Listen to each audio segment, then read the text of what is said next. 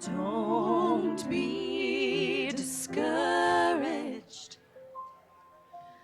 Don't give up now.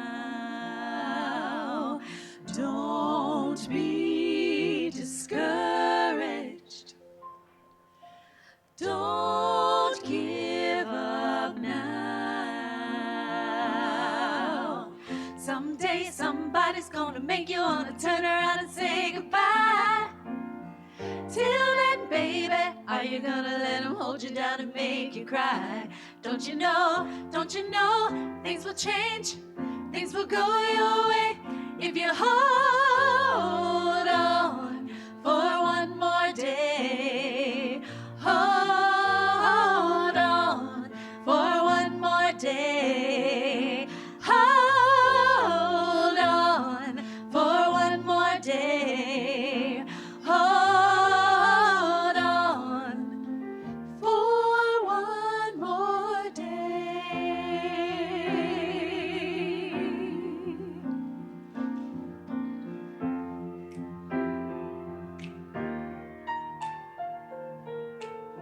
Someday somebody's gonna make you wanna turn around and say goodbye. Till then, baby, are you gonna let them hold you down and make you cry?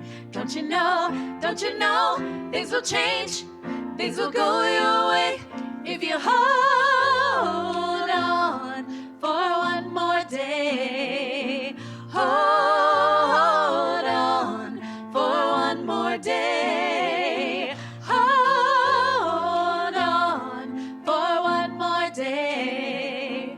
Hold on for one more day.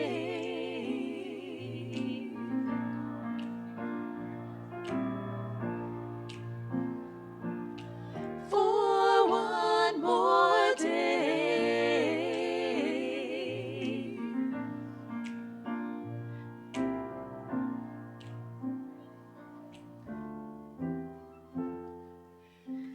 Don't be discouraged.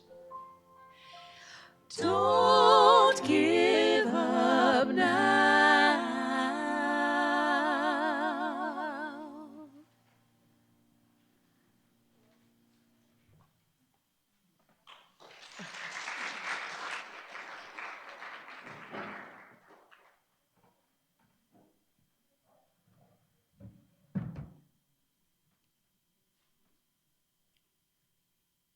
Good morning and welcome everyone to Unitarian Universalist Church of Silver Spring.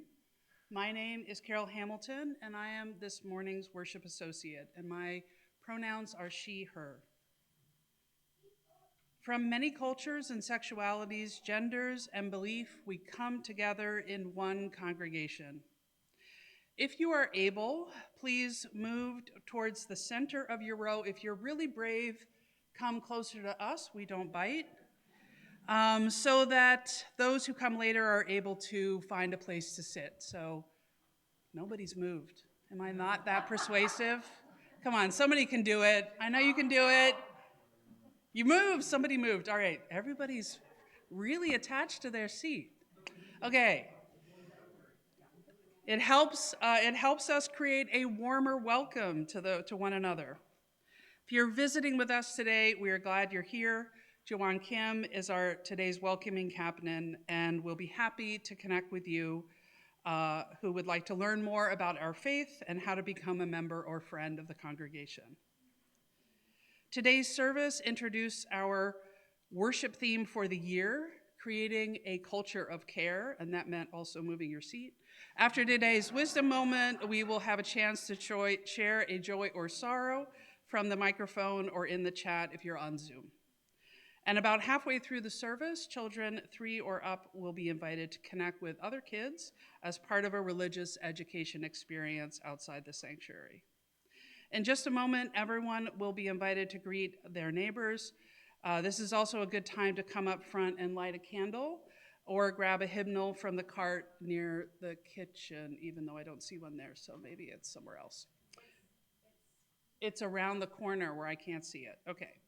Those on Zoom can also say hello in the chat when we greet each other in the sanctuary. Please head back to your seat and stay standing when the music starts for our opening hymn.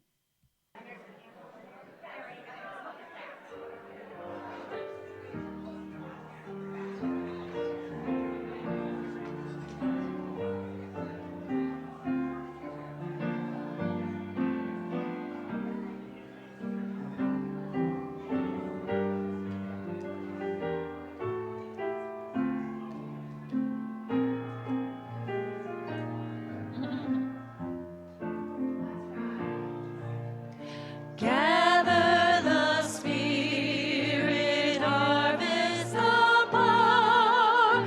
Our separate fires will kindle one flame. Witness the mystery of this sound. Our trials in this light appear all the same. Gather in thanks, gather in sympathy now and then, gather in hope, compassion and strength, gather to celebrate once again. Gather the spirit of heart and mind, seeds for the sowing are laid in store, nurtured in love and conscience reclined, with body and spirit united once more. Gather in peace, gather in thanks, gather in sympathy now and then, gather in hope, compassion and strength, gather to celebrate once again. Gather the Spirit growing in awe, drawn by the moon and fed by the sun, winter to spring and summer to fall, the chorus of life resounding as one. Gather in peace, gather in thanks, gather in sympathy now and then, gather in hope, compassion and strength, gather to celebrate once again.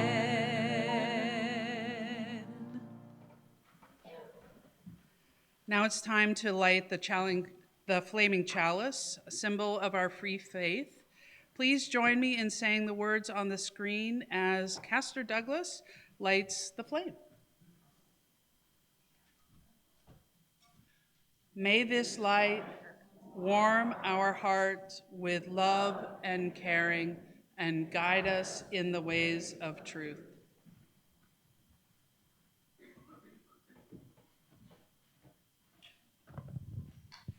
Good morning. My name is Reverend Kristen Grassel-Schmidt. I'm the senior minister of this congregation. My pronouns are she, her, and hers. And I'm going to tell you a story this morning. It's called When You Have More Than Enough. So once upon a time, there was a family. Maybe this family had not quite enough to eat. Or maybe they had just about enough. Or perhaps they had more than enough. You might not have been able to tell. They might not have been able to tell. Sometimes it's hard to tell if you have enough or not. It's hard not to want more or different things than you have. In any case, this family came together one autumn day for a celebration, a feast, a time of gratitude. They gathered as we have done, but they gathered around a table. And there was food, and there was drink, and there were flowers to remind them of beauty. And then there was a call from the gate outside their door. "Hello, we're hungry and thirsty, and we see you have a feast. May we come in?" The family did not know at first how to answer. Who were these people at the gate? Was it safe to let them in? Did they have enough to share? Was there even room? But they remembered. They remembered that most of them had come to this family, to this celebration from someplace else. They remembered that even they, who were there at this table, had not always been kind to each other. There had been times when they had hurt each other. There were still times when they made each other sad or angry or afraid. There is no way to make life completely safe. They remembered times when others had shared with them, even when the others might not have had quite enough of their own. And they remembered when each new member of the family had been born or adopted, or when they had come to stay, or when they had married in. They remembered that they had always found a way to make room somehow. And they remembered an old saying: when you have more than you need, it is better to build a longer table than build a higher fence. "We have enough," they said. "We might have more than enough. We are many, and we are strong, and we can hold a safe space here for all who come." And so they went out of their door and to the gate in the fence, and they opened it. They invited in the people who were there. Inside, they pulled out another table, and they made the space for these newcomers. And they covered it with a cloth, and the newcomers set upon it a dish full of something fragrant and delicious and a little bit weird because they'd never seen it before. But it was new, and it was wonderful. And everybody shared, and there was more than enough. Here ends our story today.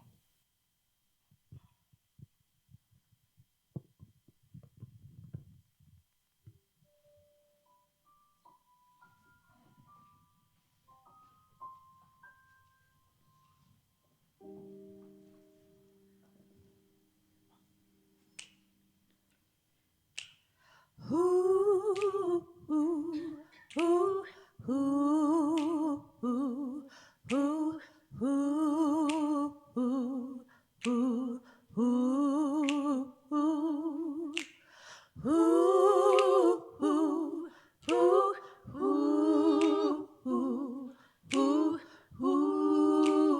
ooh, ooh, ooh, ooh.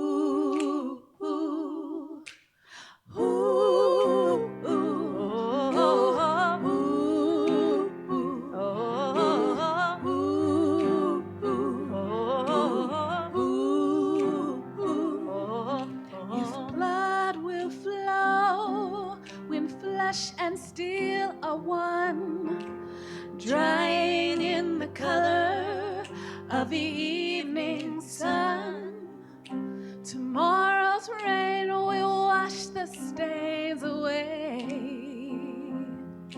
but something in our minds will always stay. Perhaps this final act was meant to clinch a lifetime's argument, that nothing comes from violence and nothing ever could. For all those born beneath an angry star, lest we forget how fragile we are. Oh, on and on, the rain will fall like tears from a star, like tears from a star. Oh, on and on, the rain will say how fragile we are, how fragile.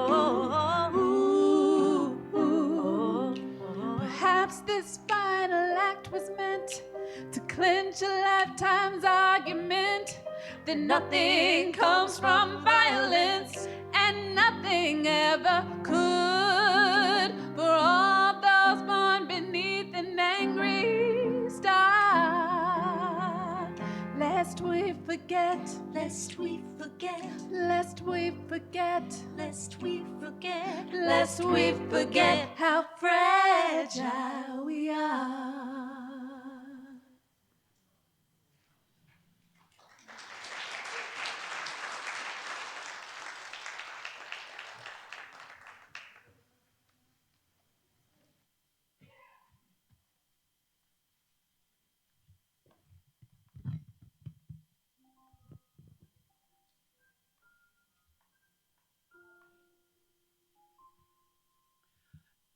Each week, when we gather as a congregation, we bring our joys and sorrows about our lives and the world into this room.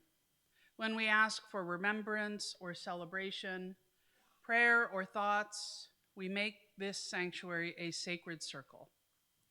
Please remember, this is a time for deep listening and brief sharing, not a time to share announcements or other information. After each person has shared, we will say together, "In every joy and sorrow, we are held in love beyond belief." We move now into a time of quiet for personal meditation or centering or prayer, whatever your own practice is. I encourage everyone of all ages to participate in quieting our minds and our bodies and our voices. And may we all cherish the sounds and wiggles of the youngest people among us, even during moments of silence. If you have suffered a deep loss in the last year, or if this time of year marks the anniversary of a deep loss in your life, I invite you to stand or raise your hand during the silence to honor your grief. Let us now enter into a moment of quiet together.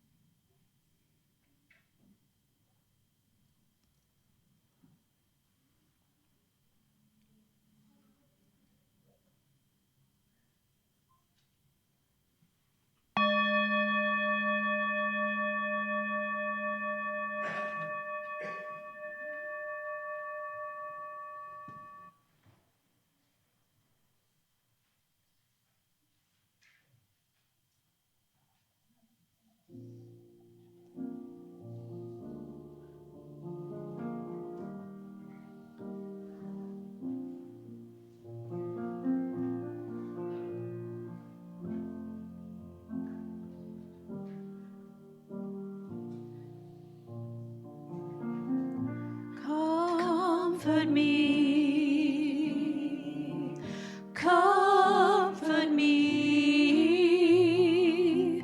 comfort me, oh my soul. Comfort me, comfort me, comfort me, oh my soul. Sing with me, sing with me, sing with me, sing with me, sing with me, oh my soul. sing with me, Sing with me, sing with me, sing with me, oh my soul. speak for me, Speak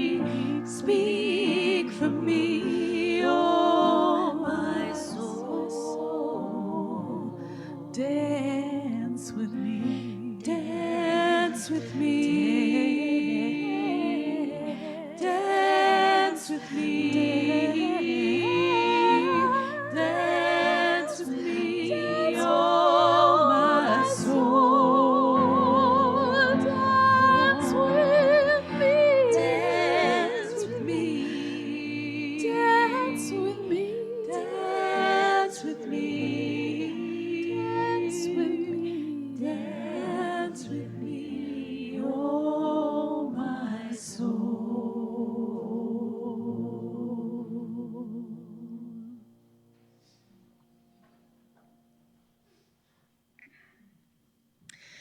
We who have gathered here today call upon that which connects us and sustains us. Ruach, Pneuma, breath of life, spirit of love.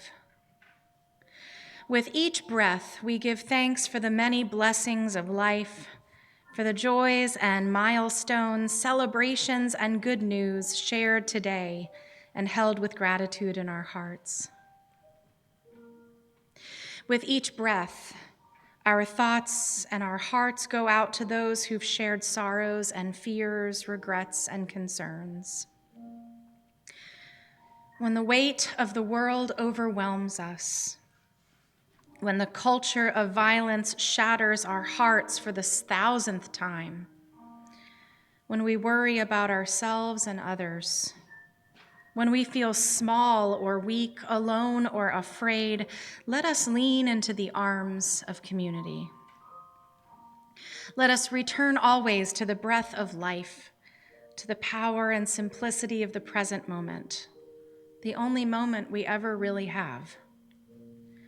Let us return to the earth that grounds and feeds us, and the sky that lifts us up. Let us return to the love and support offered by those around us, and remember the good gifts they have to share. And let us rest in all that is possible when we offer up our gifts and contributions, our strengths and passions in the service of one another, in the service of the common good, in the service of the beloved community. These and all things we pray for love's sake. Blessed be. Amen.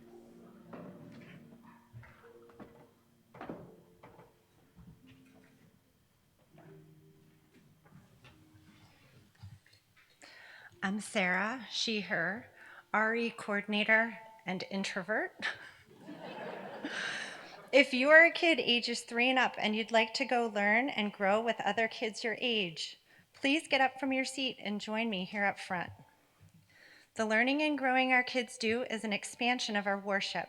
In this spirit, they will carry the flame of our chalice from worship to their classroom with a lantern. Now let's sing May I Be Empty by Bacha Levine as the children expand our worship circle and leave the sanctuary.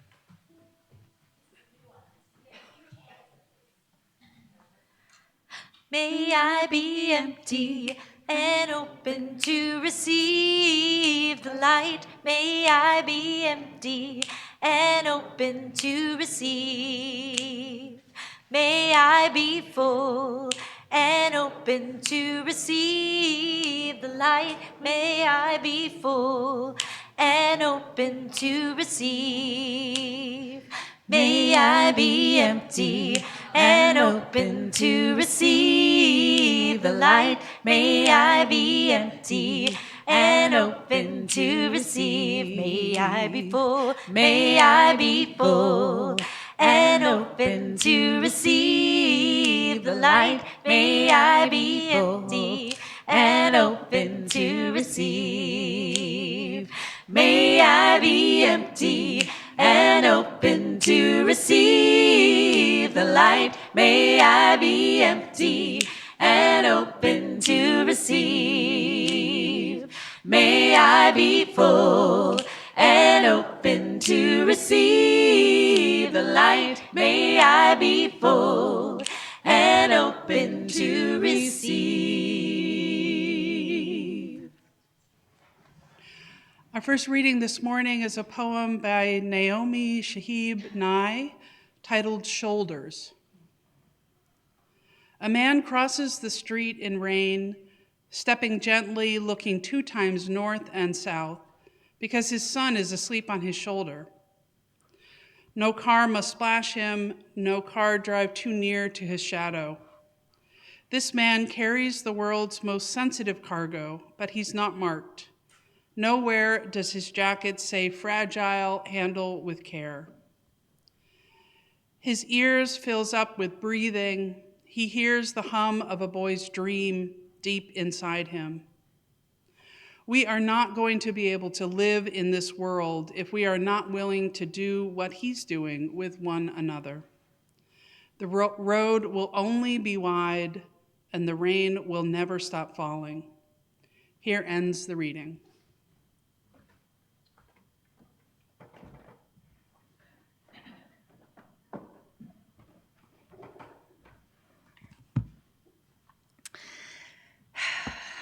So one Sunday morning, a priest wanted to make a point about loving one's enemies.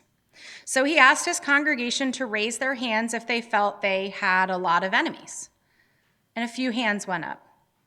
Then he asked for those who thought they had only one or two enemies. And a few more hands went up.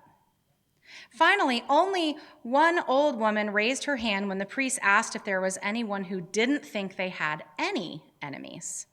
He had not been expecting anyone to claim that they had absolutely no enemies, so he asked her to explain. And she replied, "I am 95 years old.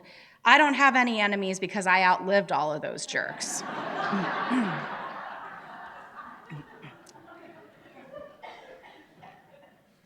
That's a whole vibe. So much in our world is bringing out the worst in people right now, am I right? Things that decades ago might have drawn communities together are being politicized to keep us divided. Too many people are using suffering and tragedy as a way to define whole groups of people as enemies, enemies of the state, as problems to fix. We're living in a time when whatever culture of care there was is being replaced by a culture of suspicion and hate. As each week brings a new series of horrors, the instinct to care, to empathize, to mourn, may not be the first place our hearts go.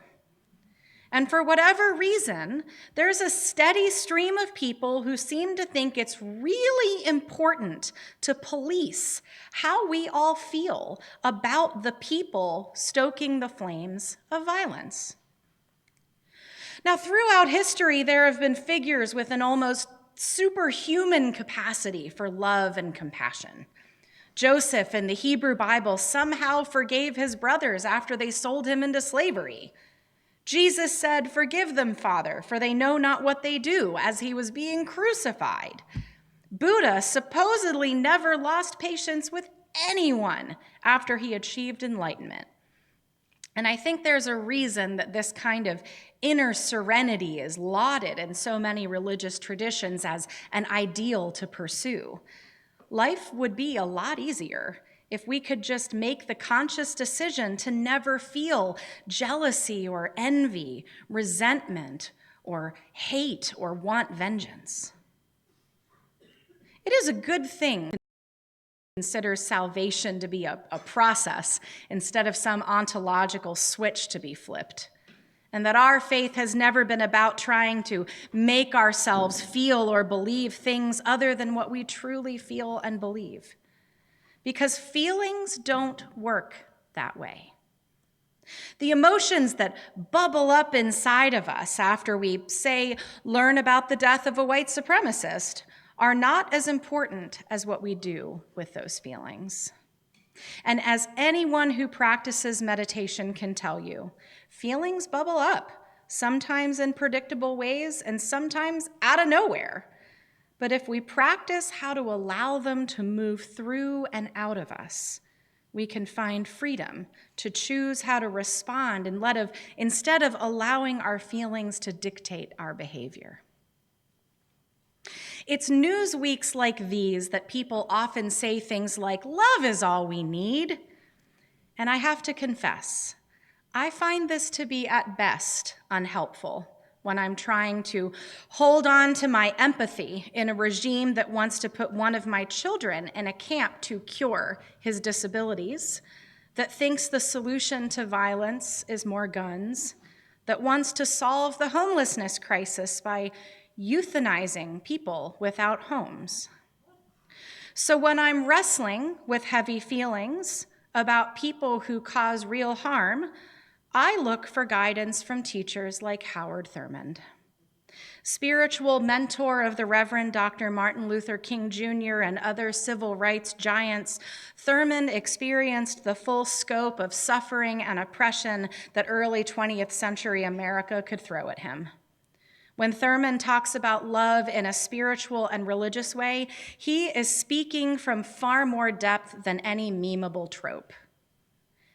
I think the most powerful thing Thurmond ever said about love was actually about the people he didn't love.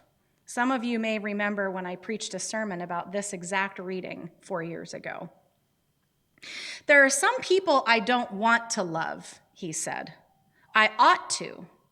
A part of my own spiritual life is not for strength to love where I cannot like, to love where I cannot tolerate.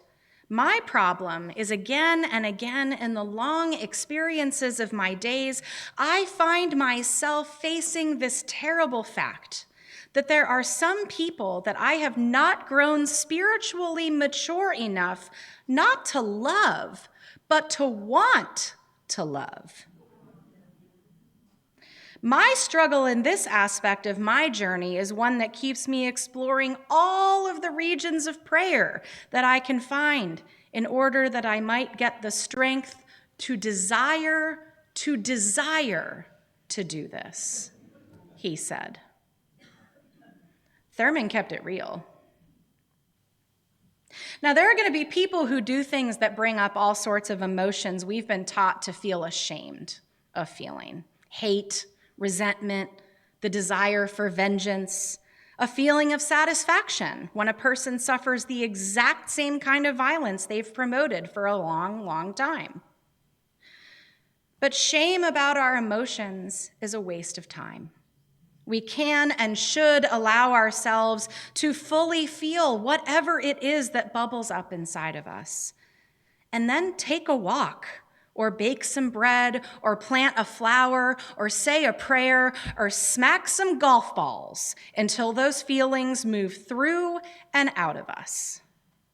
Because we don't get to choose our feelings. All we get to choose is what we do with them. This is why creating a culture of care is so important, especially as the culture in the world all around us devolves into hate and suspicion. Along with our work to resist systems of hate and harm, it's a faith communities to remind us that our labor isn't in vain, in moments when injustice seems to be winning. It's our job as the church to embody the transformation that comes when we admit wrongdoing, when we make amends, when we ask for forgiveness. It's our role as a congregation to help one another remember that all people, even our political and ideological opponents, were precious young toddlers asleep on their grown-ups' shoulders. Not because that somehow neutralizes the harm they may have caused, but because the purpose of accountability is not punishment. It is healing. It is healing. Howard Thurmond had another thing to say about loving enemies. He said, in order to love you, I must deal with you at a point that is beyond all your faults and all your virtues. And I'm always on the hunt for that. So that if I am pushed from within by this surging quest for the part of me that's in you, then I will not let you keep from loving you. I will not give you that power. For me, this is the very core of creating a culture of care. Because care begins at home. Within my very self. Hate is just an emotion, and there is no shame in feeling it sometimes. And don't let anybody tell you otherwise. But I don't want hate to take the driver's seat. I want the things I value most to guide how I act and move in the world, because I want my life, my work, my efforts, my struggle to contribute to the world my children will inherit. A world where rights and freedom, universal health care and free college, disability benefits, and Social Security are there for everyone, even the people who don't want them, even the people trying to cause me harm. As Cornel West famously said, justice is what love looks like in public, just like tenderness is what it feels like in private. I'm proud to be minister of this congregation that's working in so many ways for justice, and I'm proud of the kindness and tenderness I've witnessed between and among you over the years. UUCSS already has a strong culture of care in place. But we face a tough year ahead. The country seems to be at so many tipping points, and there are many trying to push us into yet more violence. The culture around us is focused more on scarcity than abundance, more on suspicion than care. We face challenges even here at UUCSS this year. We're operating with a reduced staff after spending our reserves during the community building renovation years when it couldn't be rented out. Thanks to an amazing team of staff and volunteers, we are covering almost all administrative tasks. I'm sure you'll let us know if we've missed one.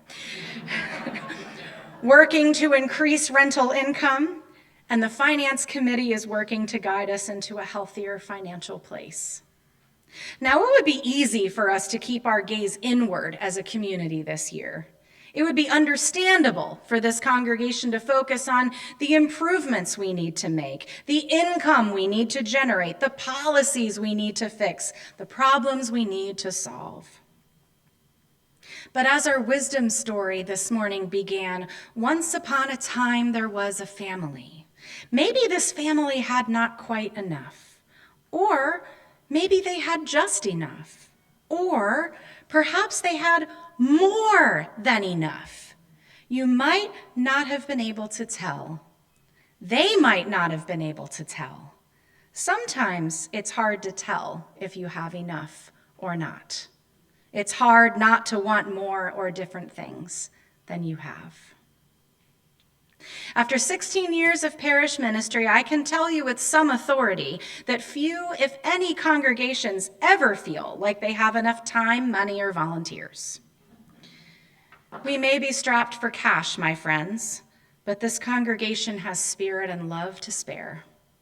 UUCSS has an abundance of empathy and kindness, friendship and care, and there are people in our communities who are starving for those things. There are folks hungry for a community that reflects their values, helps them serve with like-hearted people, and provides structure for giving and receiving mutual care. So how can we build a longer table and welcome them into our community of care? How can we widen our welcome? How might we grow and change if we remember that we are many and we are strong and we can hold a safe space here in our community for all who come? In a regime seemingly hell-bent on excluding as many people as possible, I can't stop thinking about a quote by the Reverend Angel Kyoto Williams. Williams is founder of the Center for Transformative Change and author of Being Black, Zen and the Art of Living with Fearlessness and Grace. She writes, "It's the community's job to figure out how we can stretch into the so-called margins to broaden our understanding and the ability to be inclusive. Inclusivity is not how do we make you a part of what we are, but how do we become more of what you are?" Though the world around us grows harsher by the day, our mission as a congregation remains the same: to create joyful spiritual community where we connect deeply, serve, and mobilize for our collective liberation. We've got some work to do to get our financial house in order, but we have so much. We have more than enough to offer a wide welcome, hungry for a community of care. Amen.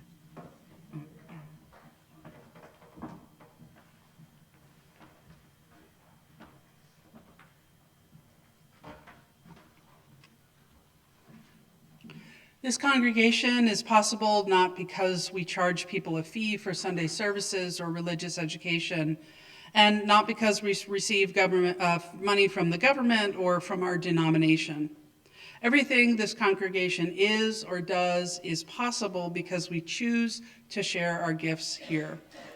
All of our gifts are important, including our financial support.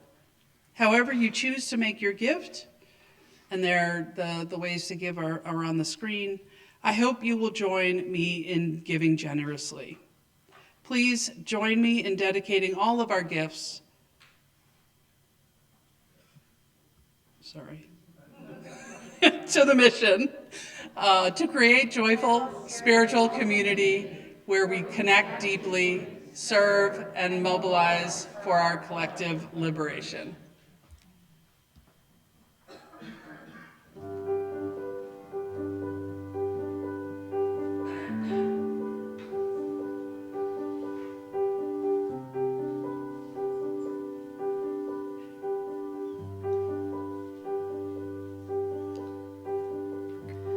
Hands over your eyes, make believe it's night. There's power in the loop that plays inside your mind. And if your worst fear is all you ever hear, maybe the truth is a lie in disguise. You don't have to compromise, haven't you heard? You are covered. Feel you're running out of time, don't be concerned. You are covered by the ones you love.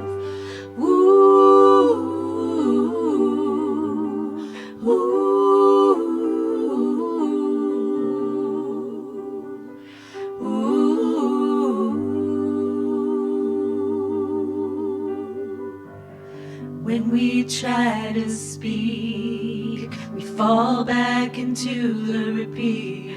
Follow the lead of the friends who move your feet,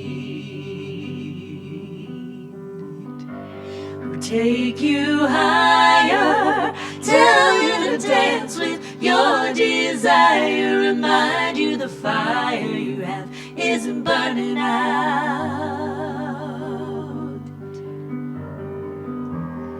You don't have to compromise, haven't you heard?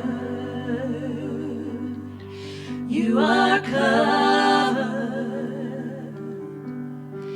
Feel you're running out of time, don't be concerned. You are covered by the ones you love.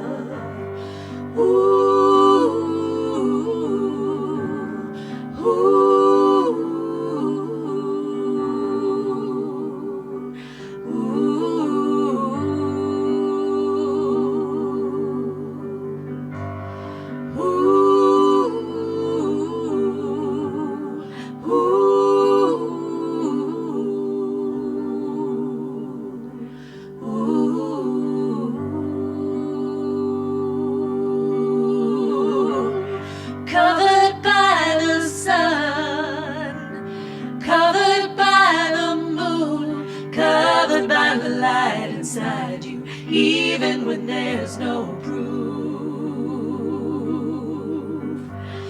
Covered by the wind, coming in again, just to tell you, you don't have to compromise, haven't you heard? You are covered. Feel you're running out of time, don't be consumed.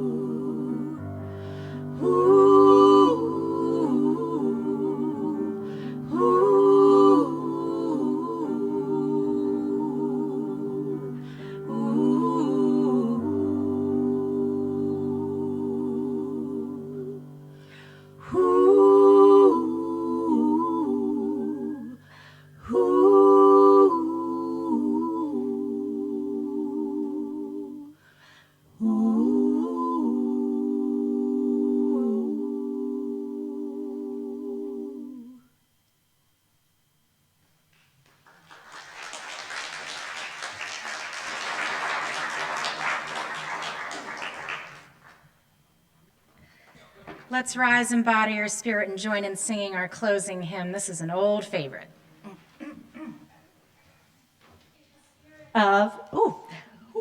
In the spirit of, we have many gifts. One of our gifts is song leading, but one of my gifts is not playing stride piano. So we're going to sing this and lift the roof with just our voices today, okay? 1, 2, 1, 2, 3, 4. What a fellowship, what a joy divine, leading on the everlasting arms. Oh, what a blessedness, what a peace is mine, leading on the everlasting arms. Come on, say leaning, safe and secure from all alarm.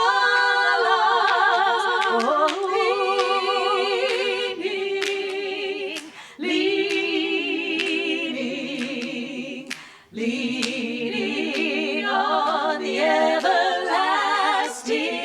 arms. Oh, how sweet to walk in this pilgrim way, leaning on the everlasting arms. Oh, how bright the path grows from day to day, leaning on the everlasting arms.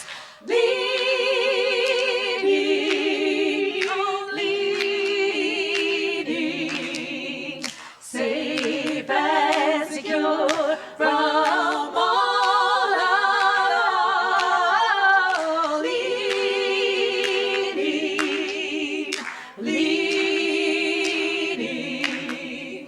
Leaning on the everlasting arms. What have I to dread? What have I to fear? Leaning on the everlasting arms.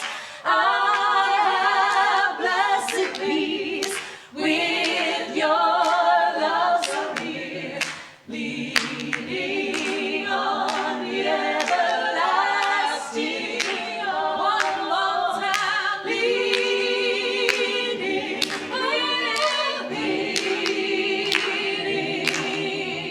safe and secure from all alarms.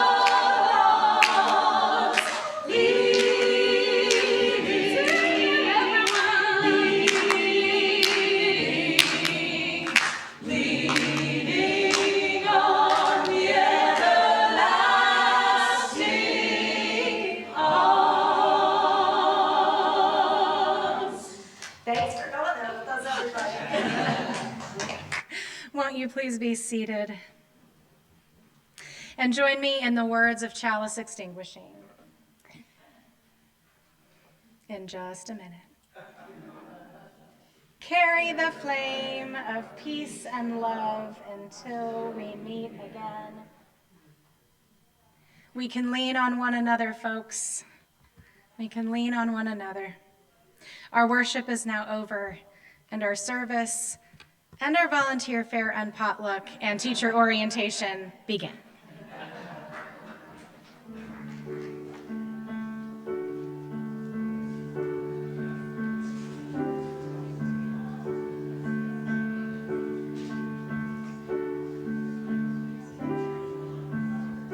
There is freedom within, there is freedom without.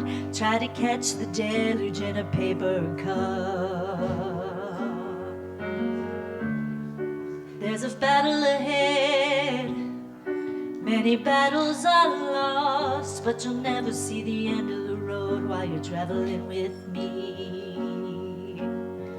Hey now, don't dream dream it's over. Hey now, when the world comes in, they come to build a wall between us. You know that they won't win. Now I'm towing my car. There's a hole in the roof. My possessions are causing me suspicion, but there's no proof. In the paper today, tales of war and of waves, but you turn right over to the TV page. Hey now, don't dream it's over. Hey now, when the world comes in and they come to build a wall between us, you know that they won't win.